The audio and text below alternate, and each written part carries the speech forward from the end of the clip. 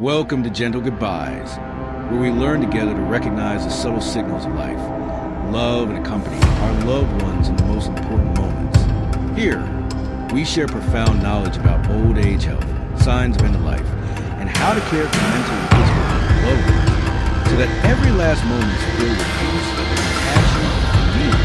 Don't let important signs be missed. Join us in the journey, understanding the seconds of loving.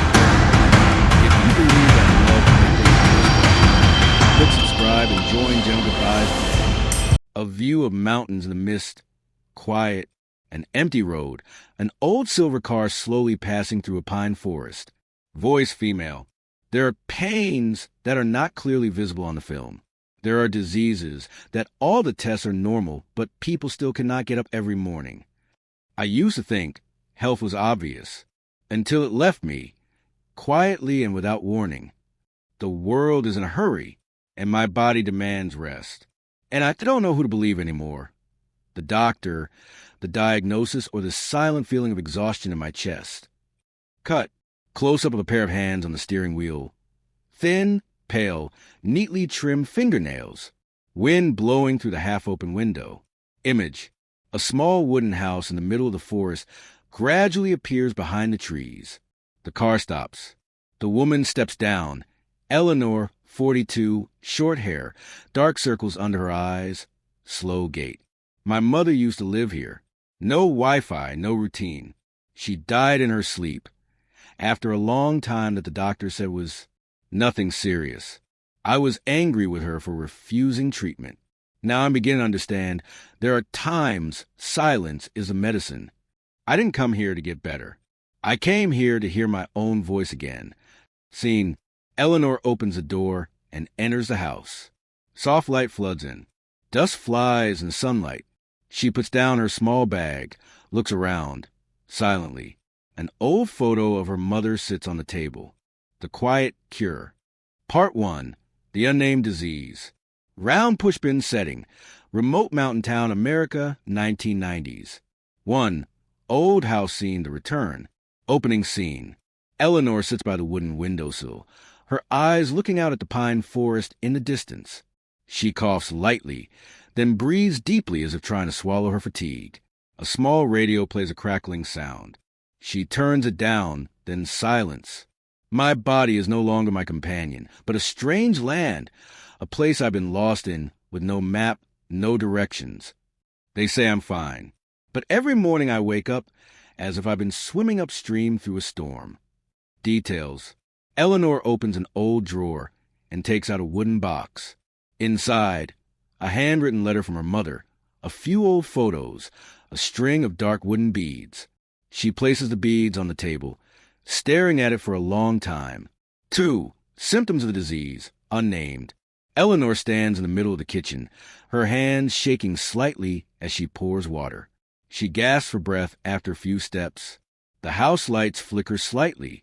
The wind outside blows through the window. She turns around, her eyes sensing something is watching. The picture of her mother hanging on the wall tilts down slightly. Eleanor goes to adjust it, but the frame tilts back up when she turns away. Mother, if you're still here, please give me a sign, just a sign. 3. Small town, closed doors. Eleanor goes to the pharmacy. The town doctor, Mr. Doyle, old, kind but conservative. He gives her a prescription for painkillers and says quietly, "Maybe you're just nervous. This will help you sleep." Eleanor nods, but her eyes are lost. The scene changes quickly. She reads the old medical records. No obvious cause found. No signs of infection, probably due to prolonged anxiety. The test papers fall from her hands and scatter to the floor. One falls face down, revealing her mother's handwriting. Listen inside. Pain always speaks before it is spoken. 4. Sensing a presence, a whisper in the wood and stone. One night, Eleanor sits alone in the living room. The wind picks up. The candle goes out suddenly. She hears a strange noise in the room where her mother used to live. When she enters, the room is unusually cold, although the fireplace is still burning. On the wooden table, a dried lavender flower left by someone, but there is no one in the house but her. Eleanor's eyes widen. She whispers, "Mom, is that you?" Image. A curtain fluttered lightly even though there was no wind. The wind chime on the porch rang only once. 5. Closing part, suggesting a fateful encounter. The next morning, Eleanor went to the back garden, the land where her mother used to grow herbs. She bent down to pull weeds when she suddenly felt dizzy and collapsed. Slow transition. An old but firm hand supported her shoulder from behind. Eleanor looked up. August, the old man. His eyes were calm as if he had known she would come. August said the first sentence, softly, like a whisper in the mountain wind. Not everyone who is sick needs treatment. Sometimes they need to be listened to first. End of part 1. Part 2, The Strange Neighbor. 1. The first meeting, the holding hand. Opening scene. Eleanor opened her eyes. Light filtered through the leaves. She was lying on her side on the garden soil. The leaves rustled. Her head rested on a bundle of dried lavender roots. In front of her was an older man, august, tall and thin, with silver hair and a rough, earth-colored shirt. He knelt beside her, his eyes looking at her as if he had been waiting for her. August, softly, "Don't try to stand up yet. Breathe in, hold it, breathe out slowly." He pressed 2 fingers lightly into Eleanor's palm, then brought a strange leaf to her nose. A cool, spicy scent spread. Eleanor blinked. Her breathing eased. 2. The stranger's house. Old but not far. Eleanor wakes up again, this time on a bamboo bed in a small, simple but warm wooden house. The sound of boiling water on the stove, the sound of pestles pounding leaves in a stone mortar. Seen details. On the table are glass jars of dried herbs. Wind chimes made of tree bark. Light shines through the dusty window. Eleanor, softly, "Who are you?" August does not answer immediately. He places a bowl of hot soup by the bed. "You need to drink this. Ginger, cinnamon, licorice. Just to call the sun back." Their eyes meet. Not exactly trust, but no longer strangers. 3. The silent conversation. A gentle transition over many days. Eleanor returns to visit him. At first to thank him, then it gradually becomes a habit. They don't talk much.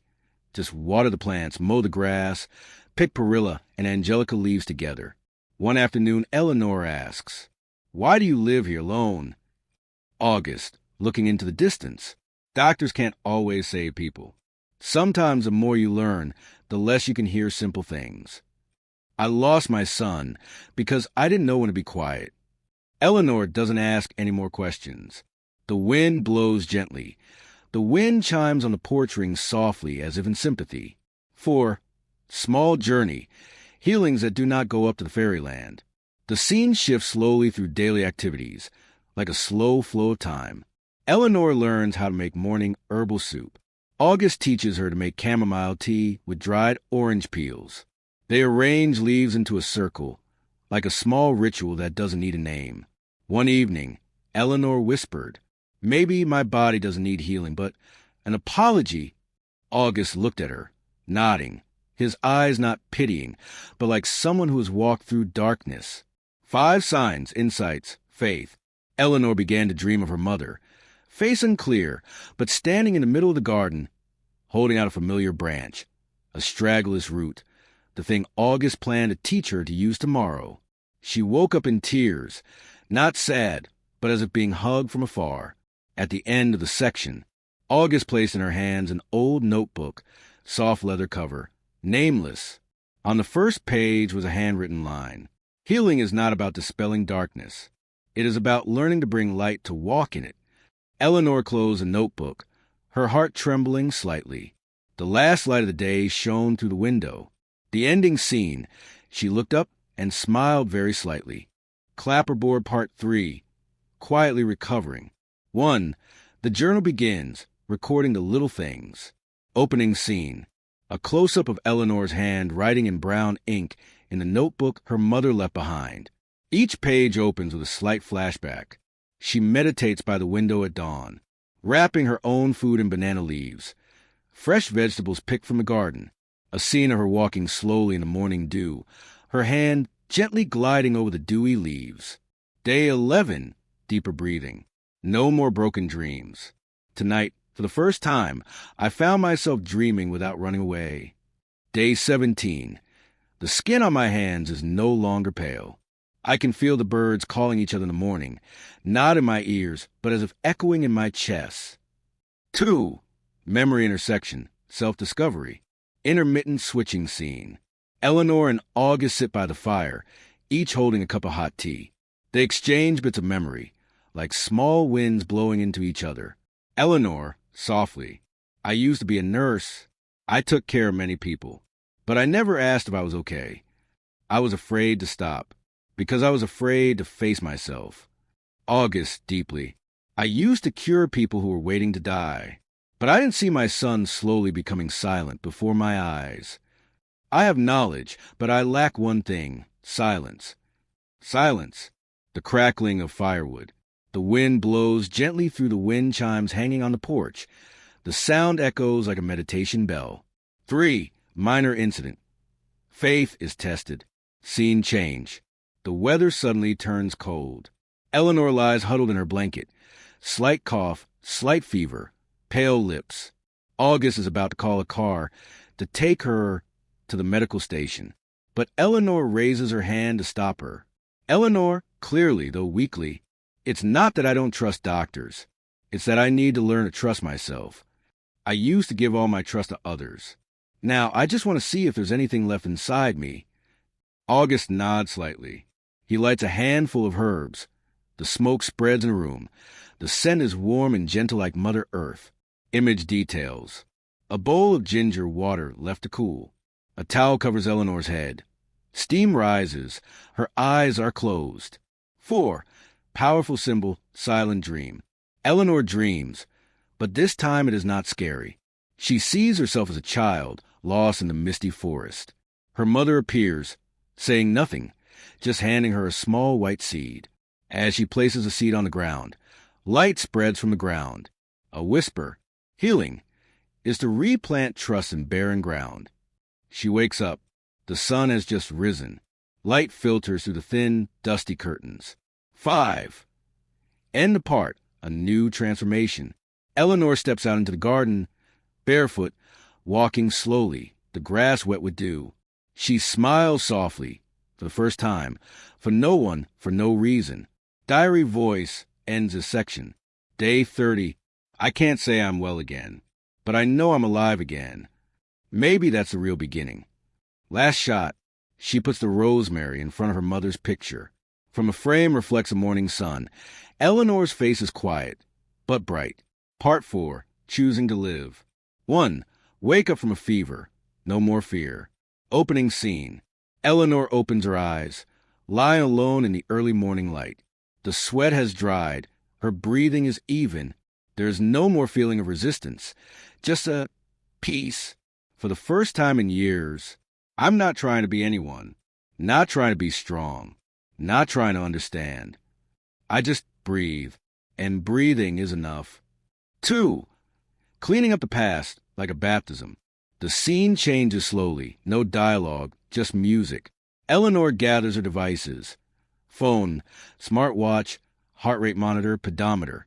She opened the closet, took out an old nurse's outfit, a white blouse, touched it lightly, then folded it and placed it in a wooden box. She lit a candle, closed her eyes, and quietly placed her hand on her chest. Image. A sparrow flew out of the room, its wings fluttering in the wind to the open door. 3. The art arresting notebook, the last gift. August left the notebook on the porch, wrapped in a rough canvas. She opened it. First page, sharp but soft handwriting. People do not need to run faster than time. Just learn to walk with it. Scenes alternate as she reads the notebook. Notes on the biological hours of the earth, moon cycles and heartbeats, the art of silence every morning. Simple meditations. Before you drink, thank the water. Before you exhale, remember that you are alive. 4. Rebirth, not recovery, but acceptance. Eleanor rehangs the wind chime that fell from the previous monsoon. She opens the door to let the wind blow through the room. She replants the wilted lavender, not to heal, but as a symbol of beginning. Every action now is presence. slow, conscious, like a living ritual.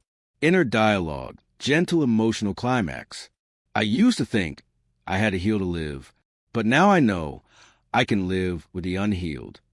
My body is still tired, but my mind no longer resists. 5. What death cannot take away. Final scene. Eleanor sits on the doorstep, holding a pen. She writes on the last page of her diary. In the distance, the afternoon light covers the pine hills. The church bells ring softly in the wind. The voice reading the diary. Closing the section. I am not sure if I will get well, but I have chosen to live. Not because I am no longer sick, but because I am no longer afraid of being imperfect. Part 5. The house is lighted up. 1 year later, the house is no longer silent. Opening scene. A misty morning. On Eleanor's porch are a few old people in simple clothes meditating, their hands on their chests, their eyes closed. Eleanor stands in front, her voice soft but steady. There's no need to try to block out the noise in your head. Just listen to it, like the wind through the leaves. Slight transition. Inside the house, a simple wooden sign hangs. Free morning circle. Scene of old people washing their hands together with grapefruit water, making tea, laughing softly. 2. The last letter from August. Eleanor receives a package from the old postman with an old stamp, familiar handwriting. She opens it. A small notebook, a dried mint leaf pressed into the letter, and a handwritten note. Eleanor, if you are reading this, it means I have moved on to the other side of the hill. But that is okay. Healing is not about the disappearance of pain. It is about learning to live with it as a sacred part of yourself. I have learned it, and I am teaching to others, not through theory, but through presence. Thank you for listening silently. That is something I have never done enough of. Eleanor held the letter to her chest. The wind blew through the window. The wind chimes tinkled softly, like a sad farewell. 3. The end scene, light as a flower. Eleanor sat at her familiar wooden table. On the table, a cup of tea, a new notebook, and a fallen camellia petal. She writes, I am no longer someone who runs away from the unfixable. I am someone who sits with gratitude with the unfinished. Not all pain needs to be fixed. Some pain teaches us how to live. Last image. A gentle breeze blowing through the windowsill. Camellia petals drifting slowly in the slanting sunlight. Eleanor closes the window, looks out at the woods, smiles. Scroll final message. Light doesn't always come from above. Sometimes it grows from the very ground where we once fell. To live, even if not completely, is still a miracle.